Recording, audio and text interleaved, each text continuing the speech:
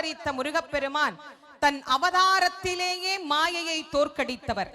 இந்த மாயனை அவர் வெல்ல மாட்டார். கிரௌஞ்சகிரி மலையாக வந்து முருகப்பெருமானுக்கும் 1,09 துணைவர்களுக்கும் மயக்கத்தை ஏற்படுத்தினான் தாரகன். அந்த மயக்கத்தில் இருந்து அவர்களை மாற்றி தன்னுடைய ஞான வேலாயுதத்தை கொண்டு முருகப்பெருமானிடத்திலே இருந்து வருகின்ற வேல் என்ன செய்கின்ற போகிறது என்று நினைத்த அவனினுடைய மாயையை அழித்து தாரகனை முதலில் வெற்றி கொள்ளுகிறார் முருகப்பெருமான். இதோ அந்த தாரகன் யானை முகத்தோடு முருகப்பெருமானை சுற்றி சுற்றி வருகின்றான். எல்லாம் எனக்கு தெரியும், இந்த சின்ன குழந்தை என்னை நோக்கி ஏன் வந்திருக்கிறது, நானே உன்னை அழித்து விடுகிறேன், நீ இதை தாண்டி எப்படி என் சகோதரனிடத்தில் போகிறாய் பார்க்கலாம் என்று தன் சகோதரனாகிய சிங்கமுகனையும் சூரபதுமனையும் காக்கும் பொருட்டு தாரகன் தான் யார் என்பதை உணர்த்துவதற்கு முருகப்பெருமான் முன்னால் வந்து நின்று கொண்டிருக்கின்றான். ஆனால் முருகனோ ஆடாது அசையாது அமைதியாக தாரகனை வேடிக்கை பார்க்கிறார். காரணம் என்ன? என் தகப்பனார் கொடுத்த வரத்தின் வலிமை என்ன என்பது இந்த தேவர்களுக்கு தெரிய வேண்டும். என் தந்தை எத்தனை சிறப்புக்குரியவர் என்பதை இவர்கள் உணர்ந்து கொள்ள வேண்டும். தாரகனே, உன் வித்தைகளை எல்லாம் நீ காட்டு, அதன் பின் நான் யார் என்று உனக்கு காட்டுகிறேன் என்று உணர்த்துவதற்கு ஆடாத அசையாது நிற்கின்ற முருகப்பெருமானின் முன்பு வந்து நிற்கின்றான் தாரகன். தாரகன் முருகப்பெருமானை பார்த்து முதலாக நினைத்தானாம், இவனை குழந்தை என்றுதானே நாம் நினைத்தோம், ஆனால் குழந்தையாக இருப்பவன் நம்மை கண்டு பயப்படவே இல்லையே, அப்போது இவனிடத்தில் நம்முடைய மாயை பலிக்காது போய்விடுமோ என்று எண்ணிய அவனின் எண்ணத்தை முருகப்பெருமான் மாற்றுகிறார். ஏனெனில் அந்த மாயையையும் அழிக்க வேண்டும் என்பதற்குத்தானே அவர் வந்தார். மாயையை விட்டுட்டு எப்படி மத்ததெல்லாம் அழிக்க முடியும்? அதனால சுவாமி என்ன பண்றார், தாரகனை கொஞ்ச நேரம் சுற்ற விட்டு பார்க்கிறார். அதன் பின் முருகப்பெருமான் பகைவனிடத்திலே அவனையும் பக்தனாக்க என்ன வழி என்பதை நமக்கு காட்டும் வண்ணமாக நிகழ்ந்ததுதான் இந்த தாரகவதம். இதற்கு பிறகு சிங்கமுகன், அவனுக்கு பிறகு சூரன் என இன்னும் பல ஆயிரக்கணக்கான அசுரர்களை சந்தித்தாலும் என்றைக்கும் முருகப்பெருமான் அமைதியாக ஆனந்தமாக நம் எல்லோருக்கும் காட்சி தந்த அருள் புரியக்கூடிய அற்புத கடவுளாகவே இங்கு நமக்கு எழுந்தருளி இருக்கின்றார். நம் உள்ளத்தில் உள்ள குறைகளை எல்லாம், நம் மனதில் ஏற்படக்கூடிய மாயையின் பிம்பங்களை எல்லாம் இந்த நிமிடத்தில் நாம் பிரார்த்தனை செய்து கொள்வோம். முருகா, என்றென்றைக்கும் மாயையினால் நான் துன்புறக்கூடாது, என் மனதில் இருந்து இந்த மாயையின் எண்ணத்தை நீ மாற்று, இவை அனைத்தையும் நீக்கிவிடு, என்றும் நான் உன் திருவடி பணியக்கூடியவனாகவே இருக்கிறேன் என்பதை முருகப்பெருமானிடத்திலே நாம் பிரார்த்தனை செய்யலாம். அந்த தலை அசைகின்ற வேகத்தை பார்த்து நாம் ஏமாந்து போய்விடக் கூடாது, இது நிலைத்து நிற்கும் என்று ஆடிய ஆட்டத்தை எல்லாம் அடக்குவதற்காகத்தான் ஆடல் வல்லான் ஒரு குழந்தையை பெற்று அனுப்பி இருக்கிறார் என்பது தாரகனுக்கு அப்போது தெரியவில்லை.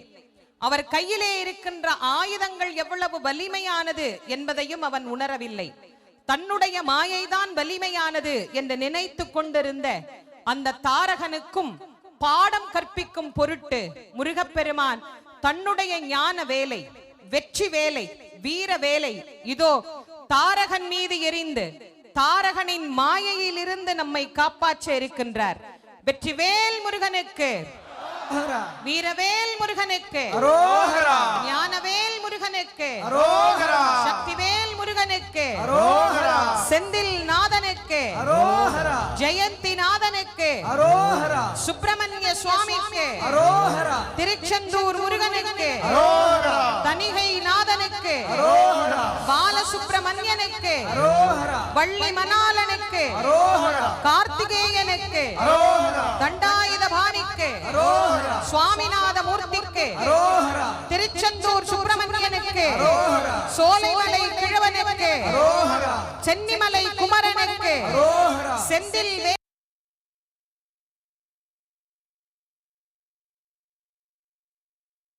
வேலவனுக்கு, தேவசேனாதிபதிக்கு, செங்கதீர் வேலனுக்கு, முத்துக்குமரனுக்கு, சென்னிமலை முருகனுக்கு, குன்றத்தூர் குமரனுக்கு, மயிலம் முருகனுக்கு, மருதமலை முருகனுக்கு, ரணபலி முருகனுக்கு, சிறுவாபுரி முருகனுக்கு, முருகனுக்கு, ரத்னகிரி பாலமுருகனுக்கு, பிராலிமலை கந்தனுக்கு, சக்கரவேல் முருகனுக்கு, உத்தண்டவேல் முருகனுக்கு, முத்துவேல்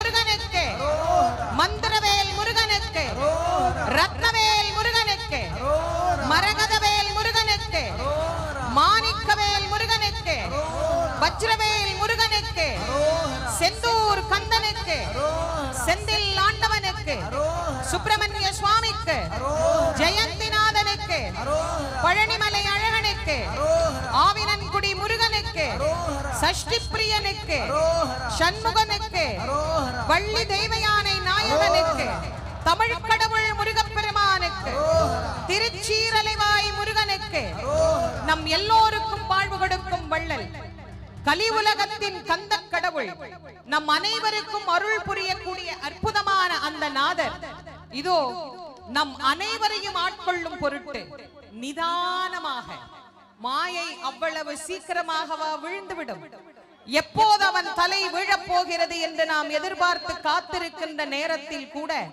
முருகப்பெருமான் பதட்டமே இல்லாது நிறுத்தி நிதானமாய் அவனுடைய உயர்வும் உலகத்திற்கு தெரிய வேண்டும் என்று பகைவனின் வலிமையை காட்டிக் கொண்டிருக்கின்ற நேரம் இது. அவன் வலிமையையும் நாம் உணர வேண்டும் என்பதற்காக பகைவனுக்கும் வாழ்வு கொடுத்த வள்ளல், பக்தனை வாழ வைக்கும் வள்ளல் அல்ல, பகைவனையும் வாழ வைக்கும் வள்ளல். அந்த வள்ளலான கந்த கடவுளிடத்தில் இருந்து ஆயுதம் புறப்படுவதற்கான வேலைகள் தயாராகி கொண்டிருக்கின்றது. அது வந்த உடனே முருகப்பெருமானின் மாயையிலிருந்து முருகன் மாயையை நீக்கி தாரகனை அழித்து நம்மையும் ஆட்கொண்டு அருளக்கூடிய அற்புதமான அந்த கணப்பொழுதை நாம் அனைவரும் எதிர்பார்த்து காத்திருக்கின்றோம். நீலச் சிகண்டியில் ஏறும் பிரான் எந்த நேரத்திலும் கோலக்குரத்தியுடன் வருவான்.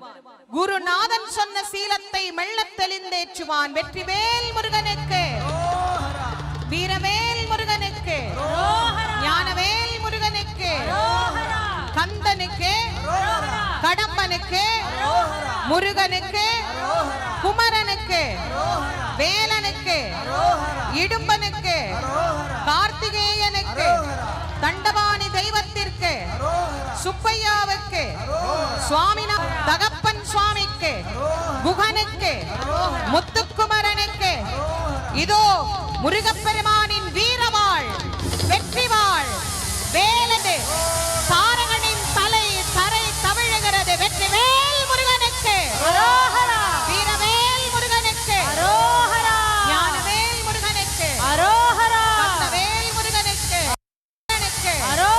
வெற்றிவேல், வீரவேல், வெற்றிவேல், வெற்றிவேல், வெற்றிவேல், வெற்றிவேல், வெற்றிவேல், வெற்றிவேல், வெற்றிவேல், வெற்றிவேல், வெற்றிவேல், வெற்றிவேல், வெற்றிவேல், வெற்றிவேல். இதோ தாரகனை வதைத்து மாயையை அழித்த முருகப்பெருமான் மகிழ்ச்சி கடலில் நம்மை எல்லாம் ஆழ்த்தி நம் அனைவரின் மனதில் இருக்கக்கூடிய மாயையையும் நீக்கி அடுத்த சிங்கமுகனை நோக்கி புறப்படுகிறார்.